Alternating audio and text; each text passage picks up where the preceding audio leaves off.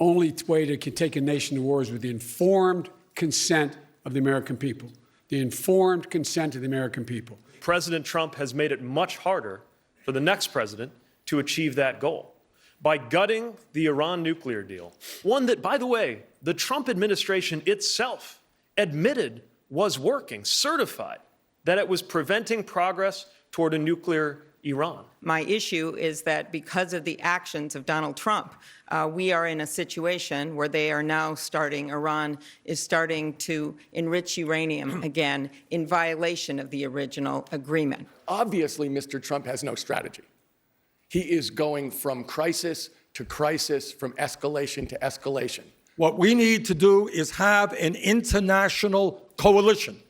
We cannot keep acting unilaterally. As you know, the nuclear deal with Iran was worked on with a number of our allies. We have got to undo what Trump did, bring that coalition together, and make sure that Iran never gets a nuclear weapon. We have to think about cyber. We have to think about climate. We also have to think about how we spend money.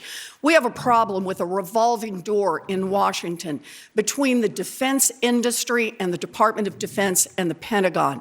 That is corruption, pure and simple. We need to block that revolving door, and we need to cut our defense budget.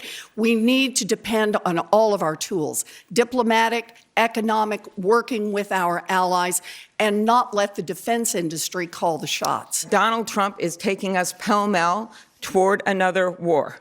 We have a very important resolution. We just found out today that 4 Republicans are joining Democrats to go to him and say, you must have an authorization of military force if you're going to go to war with Iran. We're now isolated. We're in a situation where our allies in Europe are making a comparison between the United States and Iran, saying both ought to stand down, making a moral equivalence.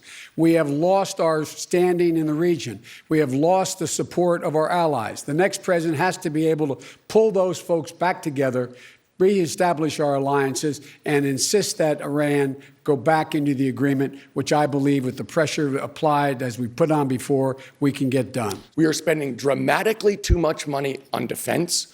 The money that we're spending there, we could spend in the other parts of the budget, and it's time for someone from the outside to have a strategic view about what we're trying to do and how to do it. The next president is going to be confronted with national security challenges different in scope and in kind from anything we've seen before. Not just conventional military challenges, not just stateless terrorism, but cybersecurity challenges, climate security challenges, foreign interference in our elections. It's going to take a view to the future as well as the readiness to learn from the lessons of the past. And for me, those lessons of the past are personal.